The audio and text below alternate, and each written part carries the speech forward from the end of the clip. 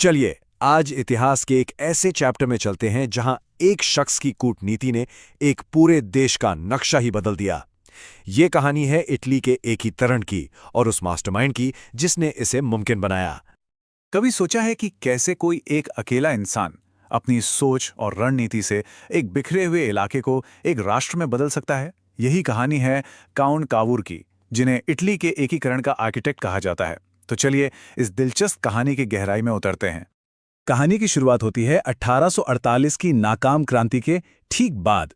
Italy को एक करने की जितनी भी शुरुआती कोशिशें थीं, सब फेल हो चुकी थी। एक राष्ट्र का सपना बस एक सपना ही रह गया था, जो कई टुकड़ों में बिखरा पड़ा था। तो सिचुएशन कुछ ऐसी थी, इटली कई छोटे छोटे राज्यों में बटा हुआ था और इन सब के ऊपर सबसे बड़ा साया था ऑस्ट्रियन एम्पायर का। लेकिन इन नाकामियों के बावजूद पता है क्या, लोगों के दिलों में राष्ट्रवाद की भावना, वो नेशनल आइडेंटिटी धीरे धीरे और मजबूत हो रही थी। एक चिंगारी थी जो बस सुलग रही थी, उसे सिर्फ एक हवा के झोंके की जरूरत थी। इस बिखरे हुए माहौल में एक राज्य था जो उम्मीद की किरण बनकर उभरा, सार्डिनिया पीडमोंट। और यहां सत्ता में आए एक नए राजा, विक्टर इमैनुएल सेकंड, जिनकी आंखों में एक यूनिफाइड इटली का सपना था। और इस सपने को हकीकत बनाने के लिए उन्होंने एक बहुत ही एक्स्ट्रॉर्डिनरी इंसान को चुना।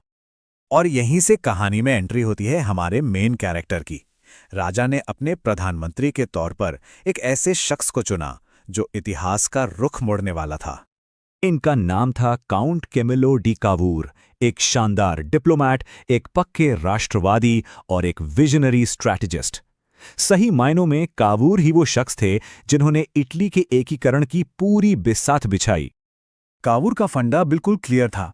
वो जानते थे कि जब तक ऑस्ट्रिया का दबदबा रहेगा, इटली कभी एक हो ही नहीं सकता। उनकी पूरी की पूरी स्ट्रैटेजी बस इसी एक सवाल के इर्द गिर्द घूमती थी, ऑस्ट्रिया को इटली से बाहर कैसे निकाला जाए। अब कावूर ये भी जानते थे कि सार्डिनिया पीडमोंट छोटा सा राज्य अकेले ऑस्ट्रिया जैसी सुपर पावर से नहीं लड़ सकता।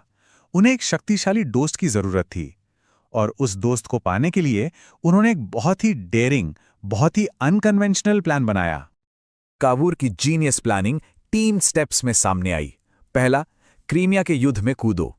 दूसरा, जंग के बाद जो शांति सम्मेलन होगा वहां अपनी जगह बनाओ।